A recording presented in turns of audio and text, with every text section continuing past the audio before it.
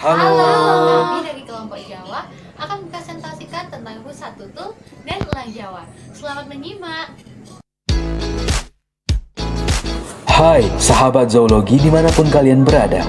Hari ini kita akan membahas dua jenis hewan yang khas, endemik, dan unik. Pernah gak lihat rusa totol yang khas karena hanya ada di Istana Bogor? Atau elang Jawa yang persebarannya hanya ada di Pulau Jawa? Hari ini kita akan bahas mereka.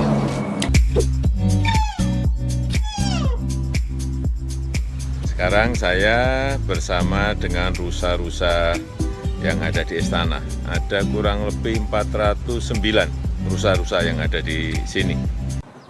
Ya, video yang sedang disaksikan oleh sahabat zoologi merupakan vlog Bapak Presiden Joko Widodo dengan rusa totol yang ada di Istana Bogor. Rusa totol berasal dari famili Serifidae, genus Axis. Nama ilmiahnya adalah Axis axis. Dalam bahasa Sunda sering disebut uncal. Rusa totol bukanlah rusa asli Indonesia. Rusa totol dikirimkan dari habitat asalnya yaitu India pada tahun 1811 sebagai hadiah kepada pemerintah Hindia Belanda. Berdasarkan kajian literatur yang dilakukan, rusa totol memiliki morfologi yang khas dari rusa pada umumnya. Saat berusia dewasa, rusa totol dapat mencapai berat 75-100 kg. Di sekujur tubuh terdapat bintik-bintik besar berwarna putih dan rambut-rambut coklat berwarna kemerahan. Di sepanjang punggung terdapat garis gelap yang membujur. Terdapat pula area berwarna putih pada leher. Moncong dari rusa totol berwarna lebih gelap daripada bagian wajah. Berdasarkan pengamatan yang kami lakukan di Istana Bogor pada 1 November 2020, kami mendapatkan beberapa informasi menarik lainnya. Rusa jantan memiliki tubuh yang lebih besar daripada betina. Rusa betina juga tidak memiliki tanduk. Di sekujur tubuh terdapat rambut-rambut halus berwarna coklat muda, dan tubuh rusa totol ternyata cenderung ramping. Rusa totol lebih dominan mengkonsumsi rumput dan menyukai segala jenis pakan tambahan seperti biji-bijian, pelet, jagung, kentang, buah-buahan, dan sayuran. Beberapa rusa juga mengkonsumsi wortel yang diberikan oleh pengunjung dari luar gerbang Istana Bogor. Rusa totol merupakan hewan mamalia yang bereproduksi dengan cara melahirkan. Penyatuan gamet terjadi secara internal dalam rahim induk betina.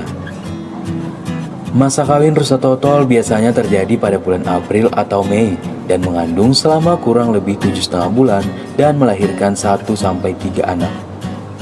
Kehamilan pertama dapat terjadi saat rusa betina berusia 17 bulan, sedangkan pejantan dapat memulai bereproduksi pada usia 2,5 tahun. Pada siang hari, rusa totol menghabiskan waktunya untuk makan dan berbaring di bawah pohon sambil terus berjaga-jaga, khususnya jantan yang lebih waspada daripada betina. Keadaan lingkungan yang berisik karena dekat dengan jalan raya menyebabkan rusa totol sangat bersiaga. Saat hujan turun atau malam tiba, rusa akan berlindung di bawah pohon atau masuk ke dalam kandang. Kehadiran rusa totol berpotensi untuk menarik minat wisatawan dan menjadi satwa hias karena mempunyai nilai estetik yang tinggi, yaitu dari warna kulit yang totol-totol dan tanduknya yang sangat indah. Selain itu, dapat dimanfaatkan juga sebagai penghasil daging yang bergizi tinggi. Kehadiran rusa totol di istana ini pun bertujuan untuk konservasi ex situ.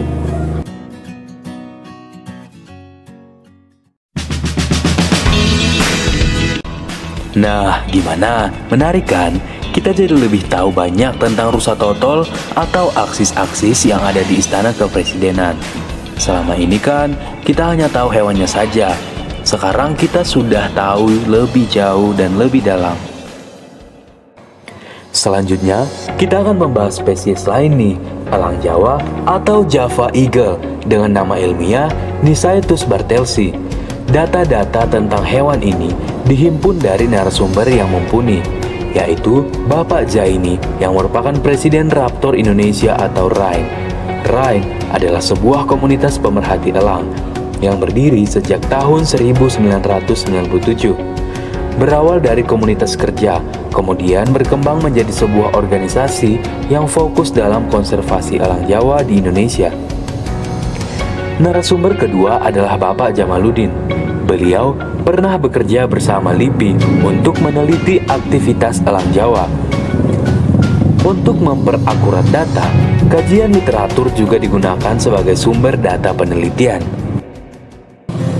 Burung elang adalah salah satu predator teratas dalam sistem rantai makanan, termasuk juga elang Jawa. Elang Jawa merupakan burung endemik Pulau Jawa yang daerah persebarannya berada di dataran tinggi dengan pepohonan lebat. Satwa endemik ini merupakan karnivora dengan penglihatan tajam dan memangsa buruan dari ketinggian.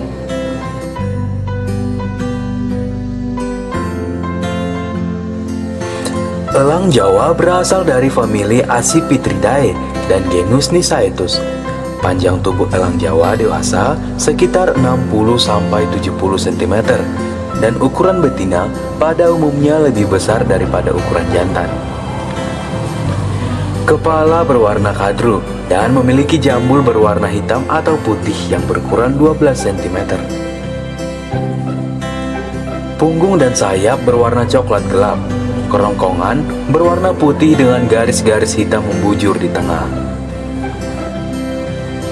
Bulu kaki menutupi tungkai sampai pangkal jari dengan warna kecoklatan.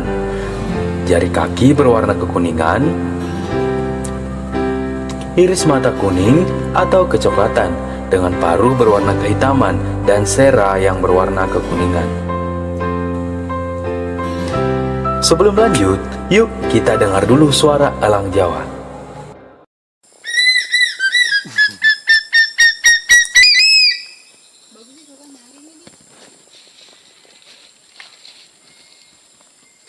Ini beda nih, elangnya beda-beda bang. Ada elang Jawa, ada elang yang ini serem banget nih. Elang Jawa yang bersuara romantis ini mengkonsumsi berbagai jenis reptil seperti ular, kadal, katak, dan hewan pengerat seperti bajing, tikus, termasuk juga mamalia seperti anak monyet. Untuk anak yang baru menetas, induk akan mencabik-cabik makanan terlebih dahulu. Namun, hewan ini sudah terancam punah dan pelaku utamanya adalah manusia sendiri. Kalau predator, dia kan predator. Yang pastinya sih dia ancamannya ya salah satunya perburuan. Terus hutannya juga semakin menyempit. Itu paling, karena kan dia top of predator. Dia top of predator tuh dia pemangsa tinggi ya, di atas ya. Elang Jawa merupakan hewan monogami. Mereka setia kepada satu pasangan untuk seumur hidup mereka. Pasangannya tetap yang sama gitu, Kang? Iya, tetap yang sama. Gitu sampai dia setia umur. berarti ya. Iya, setia dia. Kayak owa Jawa lah. Owa Jawa juga kan gitu. Dia endemik juga sama. Oh iya. Dia monogami. Iya. Proses pembuahan dilakukan saat soring atau di udara. Elang Jawa pada umumnya bertelur 1 kali dalam 2 tahun. Dan dalam sekali pembuahan, hanya akan menghasilkan 1 telur saja yang akan dierami selama 47 hari. Rata-rata elang Jawa berusia antara 15 sampai 25 tahun, dan mereka dapat bereproduksi hingga akhir usia mereka. Terdapat beberapa aktivitas unik dari elang Jawa. Pertama, induk akan menemani anak berburu hingga sang induk mempunyai telur kembali.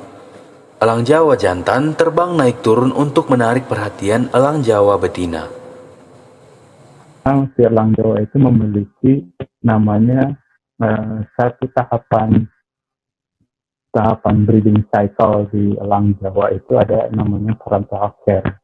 Artinya dia melatih si anaknya itu sampai benar-benar bisa mandiri lah dalam jadi tahu kembang biaknya berapa, jadi misalnya dia naik turun untuk menggunakan powernya.